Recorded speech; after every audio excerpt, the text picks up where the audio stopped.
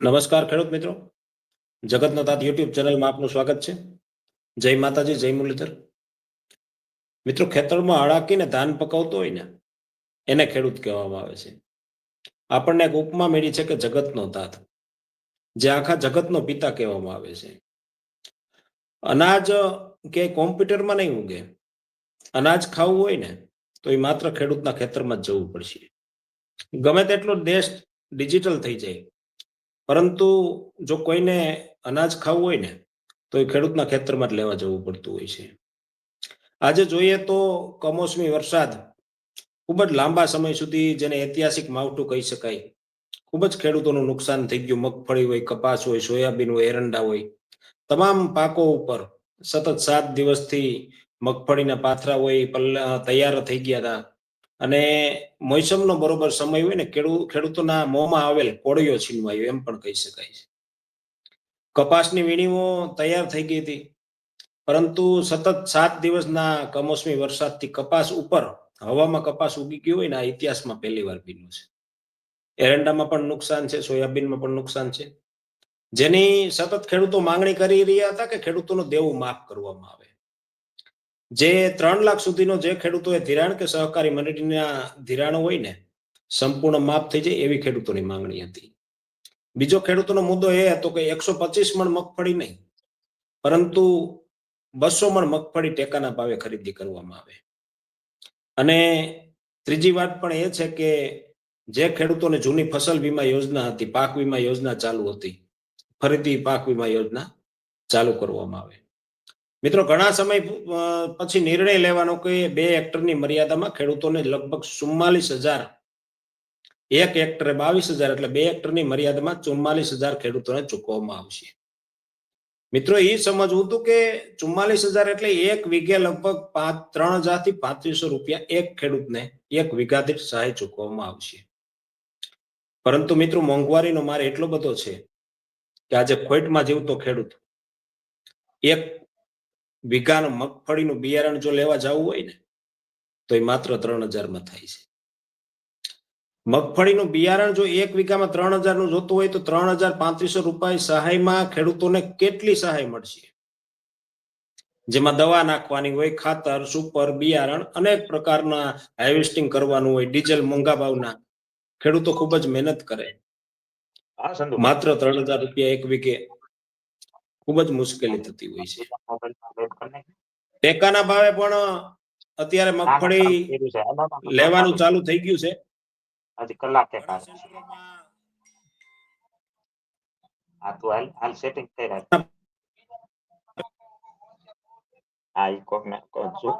જેમાં ઘણા ખેડૂતો પોતાના ટ્રેક્ટર કે ટેમ્પર દ્વારા ખરીદી સેન્ટર ઉપર જાય છે અને ત્યાં પણ કમોસમી વરસાદથી જે ખેડૂતોને મગફળીમાં નુકસાન થયું છે, જ્યાં તેલની ટકાવારી ખૂબ જ ઓછી છે અને જેના આપણે ઉતારાની જે માપદંડો હોય એ પણ માવઠાથી જે નુકસાન થયું છે એ ઓછા રાખવા જોઈએ. મગફળીમાં જે બારદાનની મર્યાદિત વજન 35 કિલો કે 36 કિલો થવો જોઈએ, એ પણ મગફળી ડેમેજ થઈ, કલર કાળો થઈ ગયો, ઉતારા ઓછા બેઠા છે. 35 કિલો જેવો વજન બારદાનમાં જો સમાઈ જાય તો જ ખેડૂતોની મગફળી પાસ થતી હોય છે. ઉતારામાં પણ ઘણી મુશ્કેલીઓ સર્જાણી છે. કોઈ લાંબી લાઈનો જોવા મળે છે. એવી જ રીતે મિત્રો,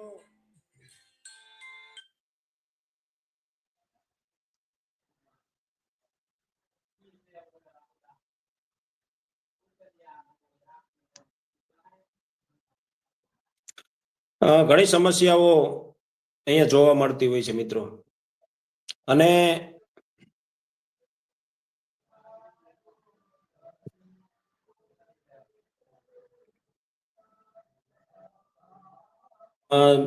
માફ કરજો મિત્રો, થોડોક નેટની સમસ્યા છે, એટલા માટે મારો અવાજ તમારા સુધી ન પહોંચી શક્યો હોય.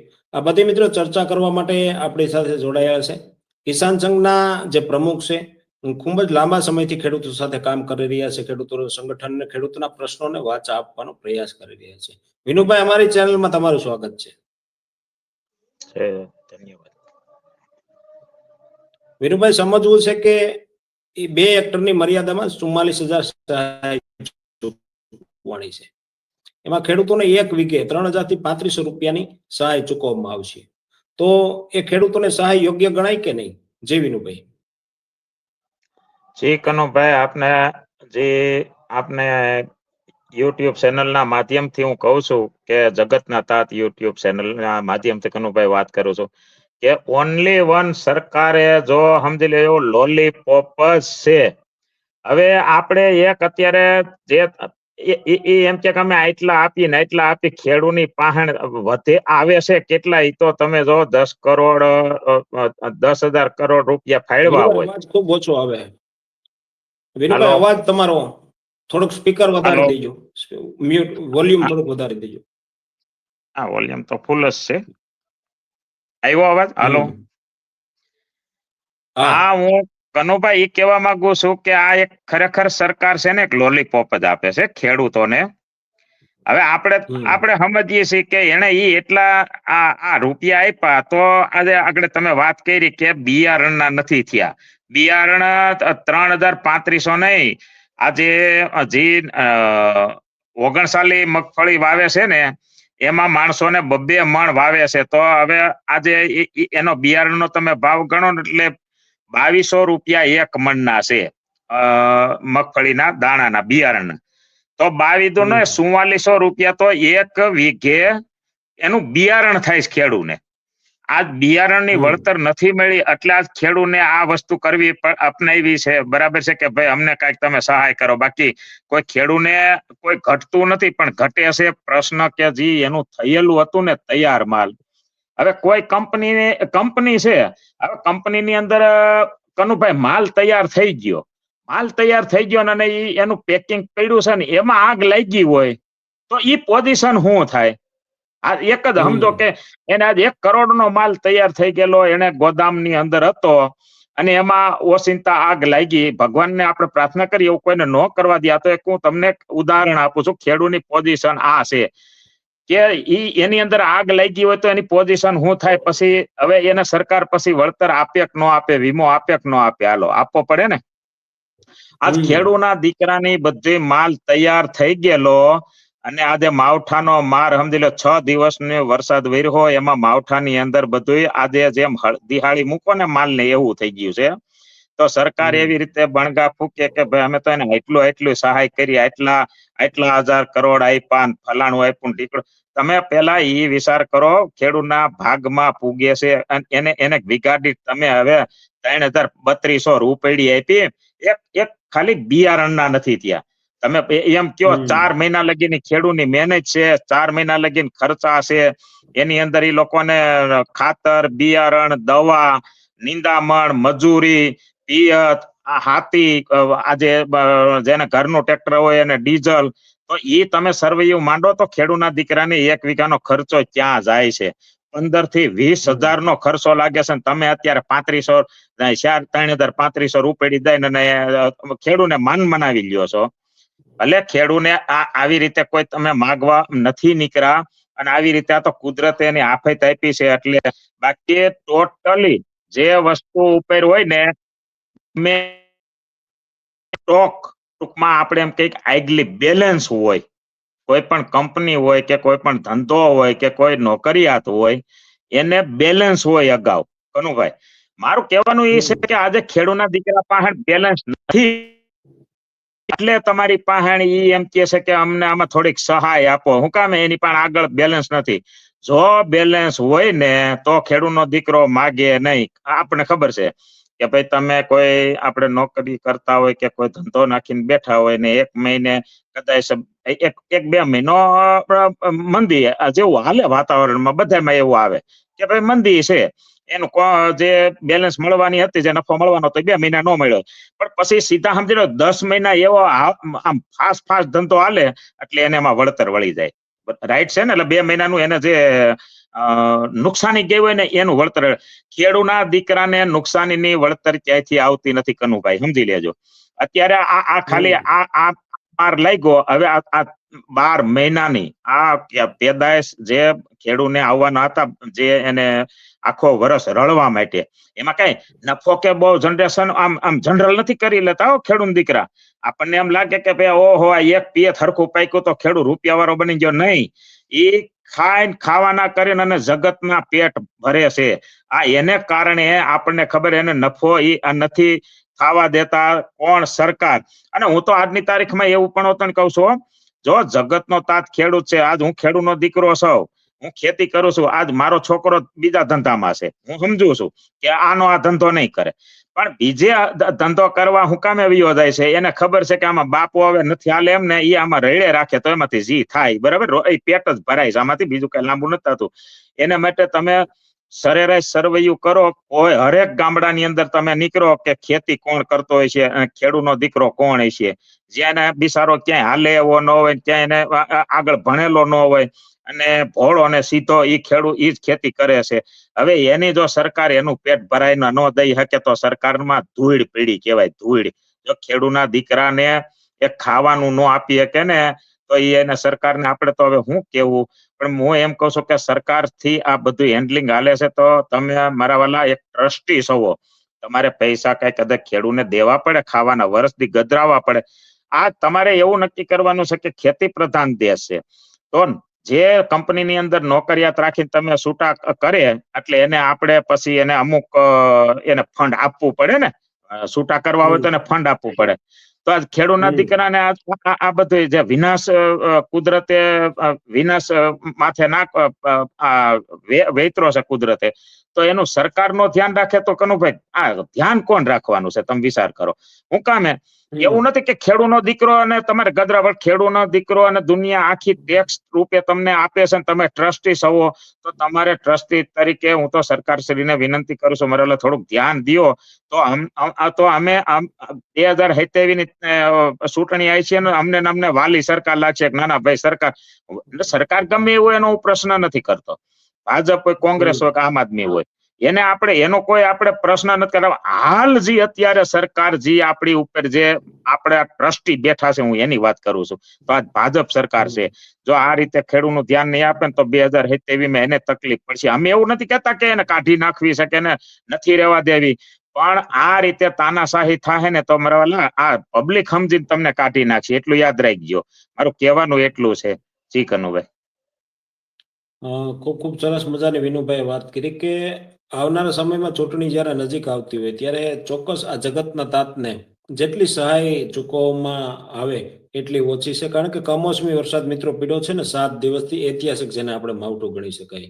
વિનુભાઈ, જાણવા મળ્યું છે કે મોટાભાગના સેન્ટરોમાં અત્યારે મગફળીની ખરીદી ચાલુ થઈ ગઈ છે અને એક ખેડૂત દીઠ 125 મણ મગફળી ખરીદી કરવામાં આવે છે, અને જેનો ભાવ 1452 રૂપિયા છે. ઘણા સેન્ટરો ઉપર ક્યાંક ને ક્યાંક વજનમાં કે ખેડૂતોની ક્વોલિટી નબળી છે એવી મગફળી અથવા તો ઉતારા નથી, આવી પણ ક્યાંક ક્યાંક ફરિયાદો જોવા મળતી હોય છે. શું કહેશો વિનુભાઈ? તો એ મને આજે જ હજી જાણવા મળ્યું છે. તે પ્રમુખ તરીકે મને આજે અમારા ગામની ઢુંડિયા પીપરિયાની અંદર જ એક ખેડૂતે મને ફરિયાદ કરી. મને કે વિનુભાઈ, અત્યારે જે હાલ ડિબેટમાં બેઠા પહેલા અડધી કલાકે હું એને ઘેરે જઈને એની મગફળી મેં જોઈ. હવે એ લોકોએ એવો પ્રશ્ન કર્યો અને વારો આવ્યો એટલે કે મારે જરીક કઈ ખર્ચો બરચો સડાવો ને, એટલે હું સેમ્પલ લઈને ગયો. હવે એને માટી સોટેલી છે અમુક પોપટાની અંદર, મેં ફોટોગ્રાફી કરી છે. એટલે હવે એ અમુકમાં માટી સોટેલી છે. હવે આપણને ખબર હારી માંડવી ટૂંકમાં મગફળી હોય ને, જે પૈરલા વગરની હારામાં હારી 100% હારી, એની માથે જ માટી સોટી હોય, એટલું યાદ રાખજો. બાકી માટી સોટેલી નહીં હોય. જે માંડવી પલ્લી ગઈ છે, બગડી ગઈ છે, એમાં માટી નથી સોટેલી. રાઈટ છે? તો માટી સોટેલી નો પ્રશ્ન આવ્યો, એ તમે માંડવી જોવો ને તો તમને એમ લાગે કે ના માંડવી ક્વોલિટી છે. હવે ઈ માંડવી એ ખેડૂતને એમ કીધું કે આ નહીં હાલે. હું કામે તમે વિચાર કરો નહીં હાલે. આજ કહેવાનું હશે કે જો કાંઈ આડાહવરો વહીવટ થાય, અત્યારે ભલે ની બોર્ડ માર્યા છે કે છતાં આડાહવરા વહીવટ થાય કે અથવા કોઈ લાગવેગ હોય તો આ ઘડીએ વહી જાય, બરાબર છે?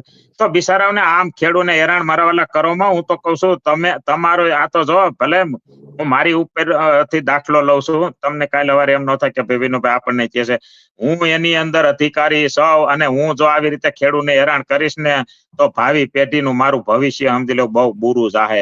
મારા વાલા વિચારજો. હું એમ નથી કેતો કે એના ફોફા લઈ લ્યો ને ધૂળી લઈ લ્યો. હવે રહી વાત બે કે હવે ઈ હરેકને ખબર છે આખી દુનિયામાં કે ઈ ઝાડવે નથી થતી. મગફળી ઝાડવે નથી થતી. તો ઝાડવે નથી થતી તો એ જમીનની અંદર થાય છે. એ હું આ લેતા હોય એને કોઈને ખબર નહીં તો એની અંદર માટી સોટેલી હોય છે. બરાબર છે. એ કઈ ખેડૂતનો દીકરો એક પોપટાની અંદર કઈ ધૂળું ખેડવા ન બેસે. એ કુદરતી છે. એલા મારા વાલા તમે માટી કરોમાં અને આપણે માટીમાં ભળી જવાના છે. આ 5 ફૂટની કાયા લઈને બેઠા છે ને હળદમ દેવી, એ માટીમાં ભળવાની છે. તો માટીનો તમે પ્રશ્ન કરો છો એ તમારો હળહળતો ખોટો પ્રશ્ન છે મારા વાલા. મારું કહેવાનું એ છે કે જે ખેડૂતનો દીકરો લઈને અને હારું તમારે લઈને અને પછી સમજી લો ગોદામની અંદર દિહાળીઓ મૂકવી છે, માટીઓ ભેળવી છે, કાકરા ભેળવવા છે, પછી ભ્રષ્ટાચાર કરવો, તો ખેડૂતનો દીકરો કોઈ દિવસ એમાં ઈ ભેળવીને આવેલી હોય ને એ વસ્તુ કાઢો. હાલો હું જ ખુદ કહું છું. એને 5 હુંડલા કાકરા નાખ્યા છે, રેતી નાખી છે 5 હુંડલા ભરી, એક ગુણીની અંદર 5 તગારા 10 તગારા નાખ્યા છે, તોય તમે કઢવો. એલા મારા વાલા પોપટામાં સોટેલી માટી તમે એમ કહો કે નો હાલો, એ શક્ય નથી.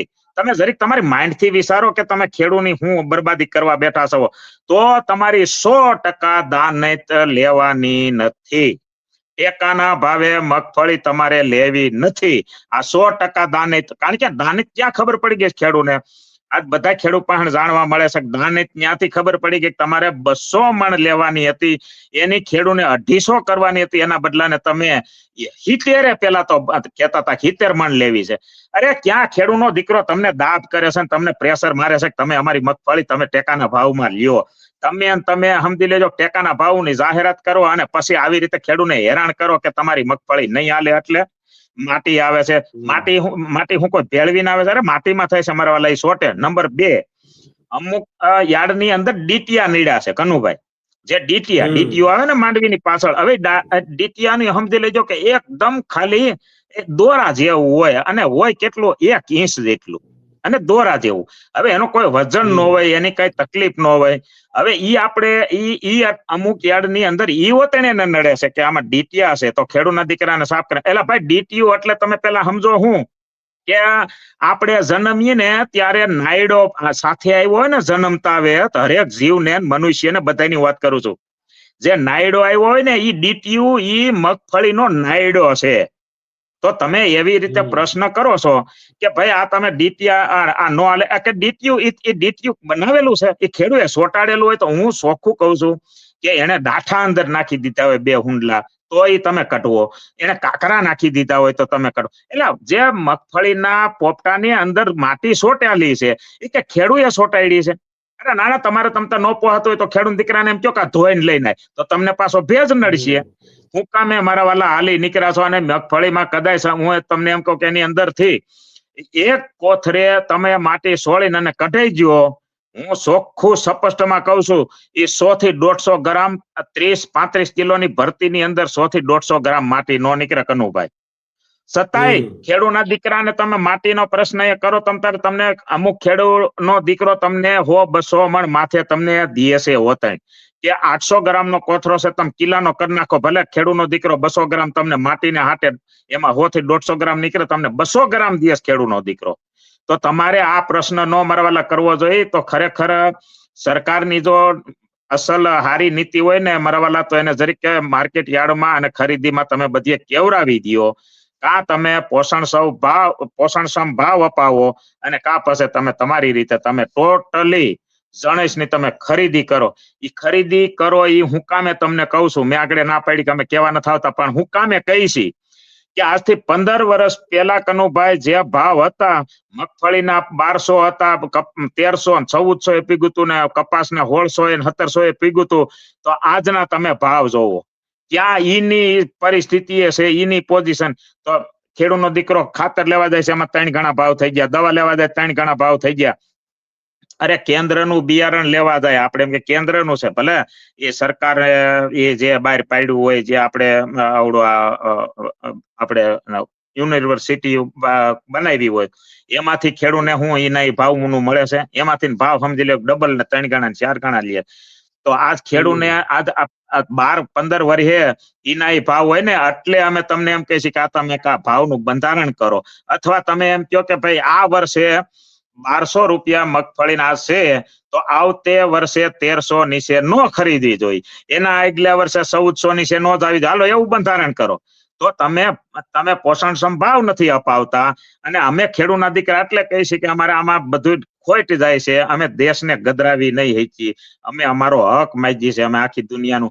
રહી વાત બે કે આજ હું તો કહું નોકરિયાત હોય, ધંધાવાળા હોય, દુકાનવાળા હોય, ગમે આપણે ખેતી પ્રધાન દેશ છે, ભારત ખેતી પ્રધાન દેશ છે, તો ખેતીની અંદરથી અન્ન ઉગે છે ને એ ટોટલી જે આપણે ઠેઠ માનો કે નીચા માણસથી તે ઊંચા માણસ લગી કે સેલિબ્રિટી હોય કે કદાચ હીરા હિરોઈન હોય કે કલાકારો હોય, ગમે હોય, એ પેટ શેણે ભરે છે કનુભાઈ, અન્નથી ભરે છે, અન્નથી પેટ ભરે છે. તો મારા વાલા તમારે ખેડૂતને પ્રત્યે 2 શબ્દ બોલવા જોઈ કે ના ના આજ ખેડૂતનો દીકરો આજ વિપત્તિમાં છે તો એને થોડોક ઉગાડો, તો કાલ અન્ન પકે છે તો આપણે ખાવું, બાકી અહીંયા એક રાતના કલાકારને કદાચ 2 લાખ રૂપિયાનો પ્રોગ્રામ રાખીએ આપણે, હાલો ભાઈ સારા કલાકારને તેડાવીએ છીએ અને ભયો કરો તો કલાકાર 2 લાખ લેહે, એ 2 લાખમાંથી કલાકાર ભલે 5 રૂપિયા ખાઈ જોવે, ખબર પડે, ગમે એ ધંધાવાળો હોય, વેપારી હોય, નોકરિયાત હોય, કોઈ પણ, તો એ ખાઈ લે તો હું તમને એને કહું કે બરોબર છે, તો છતાં તમારે 50-100 રૂપિયાનું અન્ન લઈને જ તમારે પેટ ભરવું જોઈએ મારા ભાઈ. તો હું તો એમ કહું છું હરેક ધંધાવાળા છે, ભજની કલા, હરેક નાગરિક, ટૂંકમાં આપણે મનુષ્ય માનવ જાતને ખરેખર ખેડૂતની પડખે ઊભું રહેવું જોઈએ. મારું તો એક જ સિદ્ધાંત, એક જ નિયમ છે કે ખેડૂતને પડખે રહ્યો. છતાંય આપણે એમ કે છે કે સરકાર આ થોડુંક આવી રીતે અણધાર્યું ખેડૂત ઉપર કરે છે, તો સરકારનું પેટ કોણ ભરે છે કનુભાઈ? ખેડૂતનો દીકરો ભરે છે. હું આપણા જગતના તાત યુટ્યુબ ચેનલના માધ્યમથી હું કનુભાઈ કહું છું કે ખરેખર મીડિયા વાળા, એક આપણે બેન કાજલબેન સુવા અને જગદીશભાઈ મહેતા છે, તમે આજે કનુભાઈ ડાંગર, તમે સૌ અમારા વાલા જે તમે ખેડૂતને વારે આવો છો, હું તો એનું ધન્યવાદ માનું છું.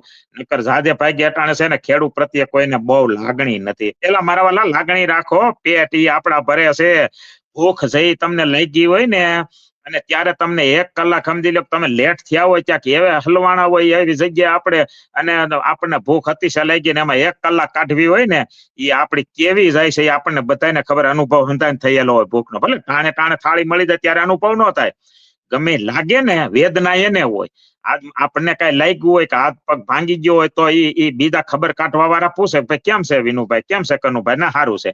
પણ ઈ વેદના જેને લાગ્યું હોય ને એને હોય, ખબર કાઢનાર ને પાટા બાંધનાર ને ન હોય. પાટો બાંધતા હોય ડોક્ટર, ભલા બિચારા એની ઈચ્છાથી એ સારું કરવાની ઈચ્છતા હોય છે, પણ એ છતાં એ કાપે અને એ મળે અને સીધું કરે ને આપણને રહેવાતું ને છતાંય હારાટોટ કરતા, પણ વેદના લાગી હોય ને એને થાય.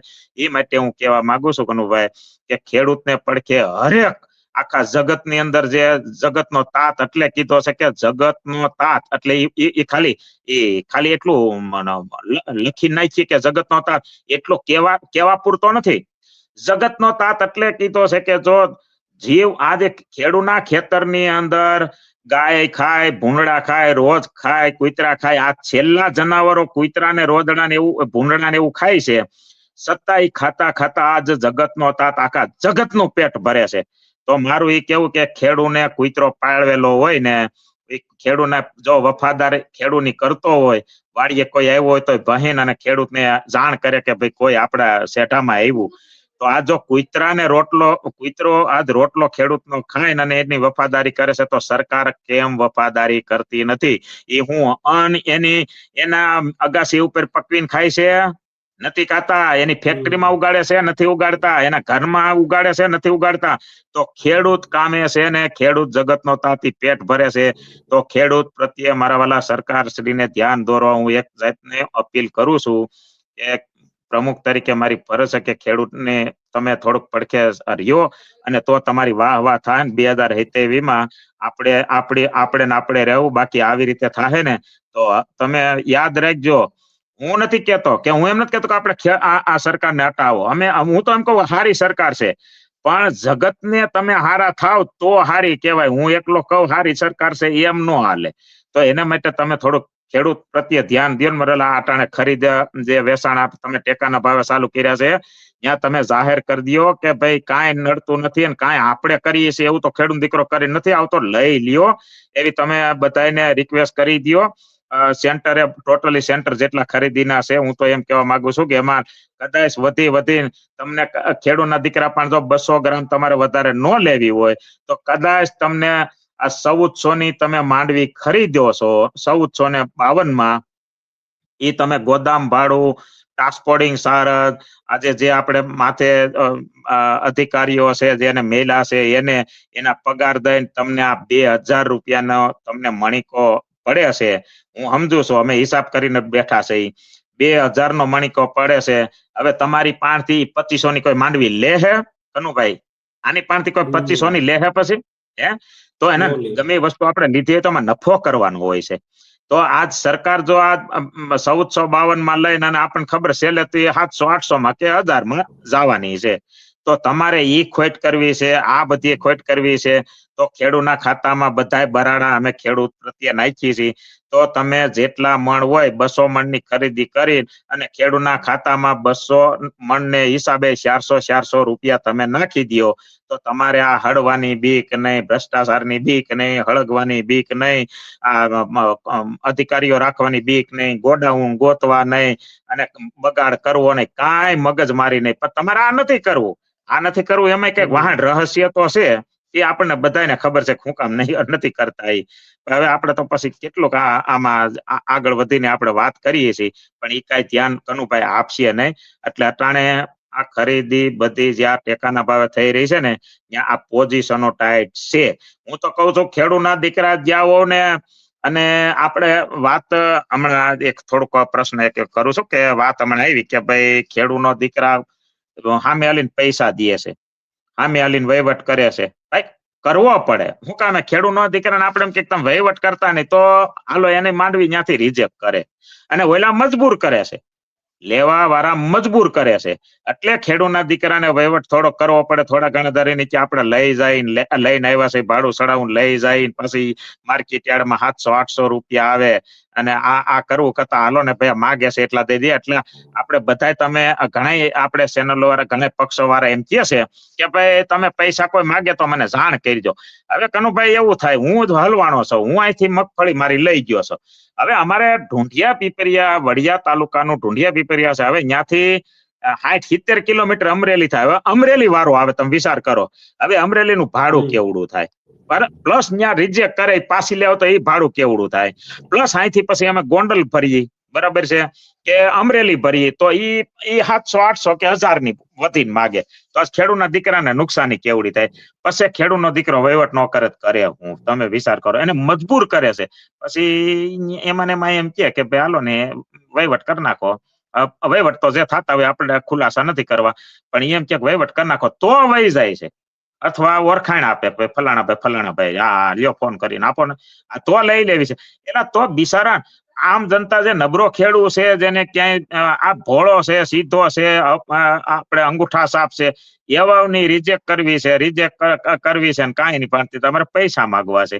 એ હું કામ કરો મારા બધાને હરખા રાખો. તમારે 4 દીકરા 4 એને હરખા એવો ભાવ રાખો. અમુક ખરીદી સંઘની અંદર આપણને ખબર છે કે જેતપુર ડિસ્ટ્રિક્ટ ની અંદર છે તો આપણને ખબર એ લોકો જો અહીંયા રિજેક્ટ નથી કરતા.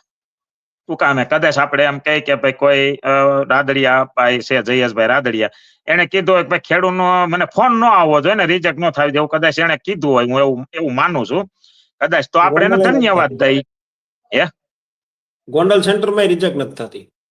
એટલે આખા રાજકોટ જિલ્લાની વાત કરું છું.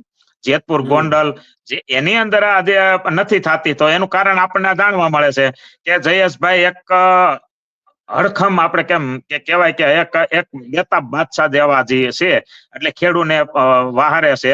એટલે વિઠ્ઠલભાઈ વખતમાં જે વિઠ્ઠલભાઈ નું કામ હતું એમ જયેશભાઈ નું. આપણે એવું સરકારનું નકારવાનું હું નથી કેતો કે સરકાર નકામી છે એવું નહીં.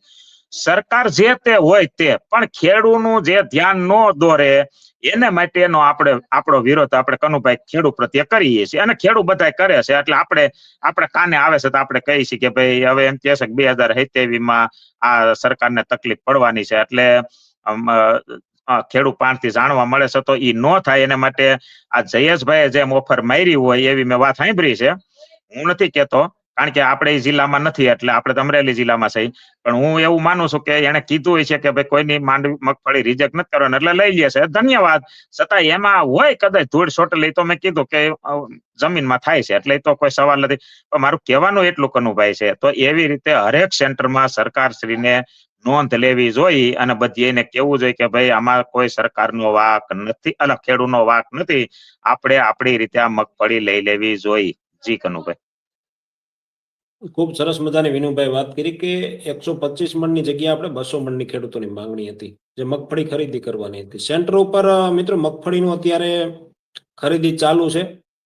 ખેડૂતોને એક વિનંતી છે કે મિત્રો જે સેન્ટર ઉપર આપણે મગફળી લઈને જઈએ છીએ, ભલે આપણી મગફળી કમોસમી વરસાદથી નુકસાન થયું છે, ડેમેજ છે, કલર કાળો છે, ઉતારો પૂરો નથી, અથવા તો બારદાનમાં સમાતી નથી, ઘણા સમસ્યાઓ હોય છે, તેના માપદંડો દ્વારા એ લોકો ખરીદી કરતા હોય છે. પરંતુ એક પણ રૂપિયો ખેડૂતોને અમારી ચેનલ દ્વારા એક સૂચન છે કે મિત્રો એક પણ રૂપિયો કોઈ કોઈ અધિકારીઓને કે કોઈ મજૂરો દ્વારા કે કોઈ બીજા કોઈ પણ ત્યાં કામ કરતા હોય નોકરી ઉપર, એને આપણે આપવાનો નથી. કારણ કે જો આપણે આજે 200, 500 કે 1000 રૂપિયા આપશું ને આપણી મગફળી વેચવા માટે, તો એ લોકોને ટેવ પડી જશે. કાલે એ કોઈની પાસેથી 2000 માગશે, આવતીકાલે કોઈની પાસેથી 2500 રૂપિયા માગશે.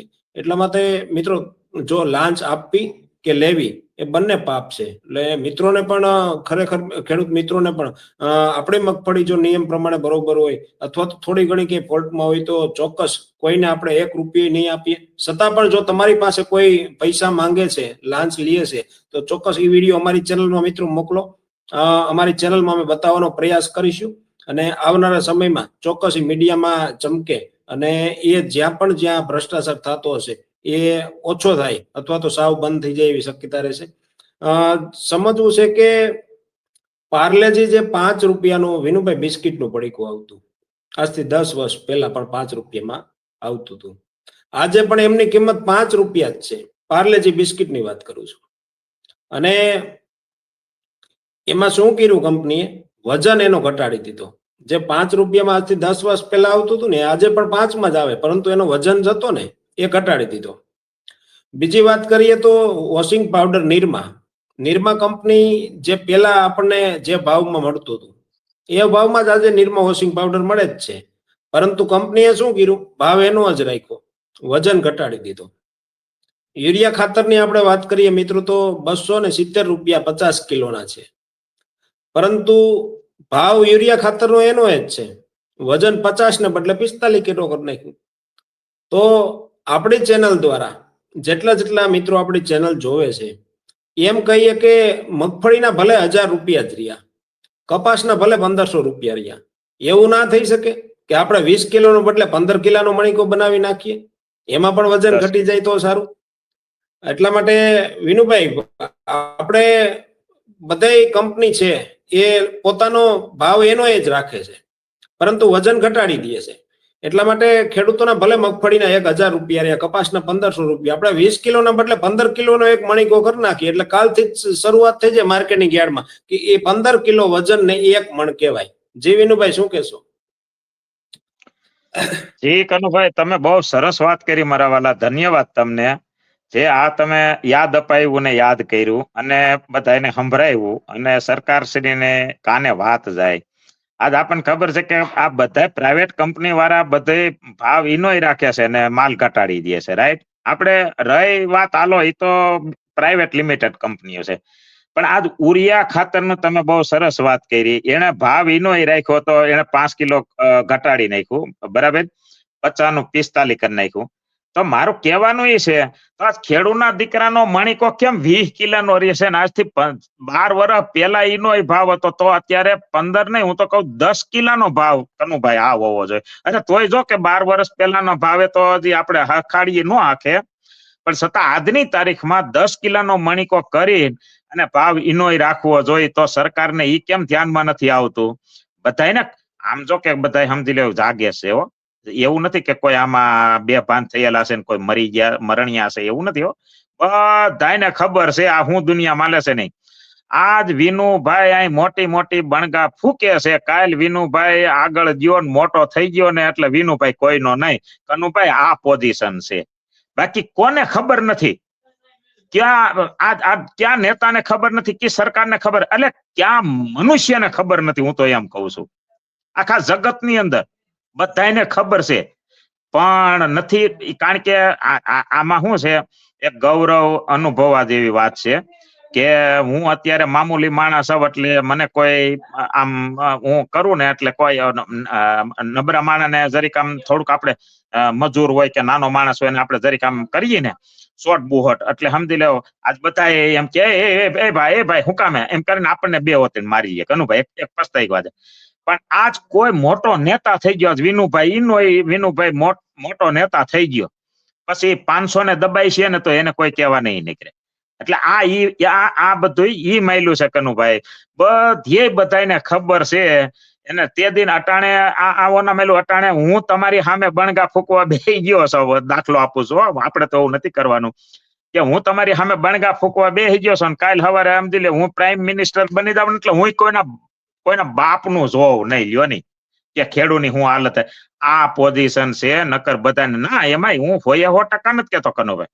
કદાચ 2 થી 5 લોકોને ધન્યવાદ. આપણે કેશુબાપા હતા, અત્યારે આપણે વિઠ્ઠલભાઈ રાદડિયા હતા, આપણે સવજીભાઈ કોરાટ હતા, એને આપણે લાખ લાખ અભિનંદન પાઠવીએ છીએ કે એને ભલે આમાં આપણે એવું નથી કહેતા કોઈ વસ્તુ કોઈ એનું કરી લે, એનું કરવાનો આપણે પ્રશ્ન નથી કરતા, પણ જગતનું કરતા કરતા એનું કરે ને તો એ બરોબર છે. બાકી નકરું આપણું કરવું ને એ અન્યાય છે, ન્યાય નથી.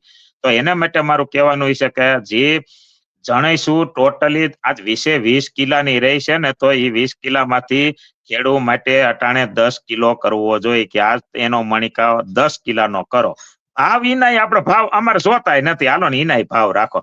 તો ભાવ તમારે ન વધારે તો મણિકો ઘટાડો, તમે 50% 10 કિલાનો કરો. અત્યારે 20 કિલાનો મણિકો છે, 10 કિલાનો કરી નાખો.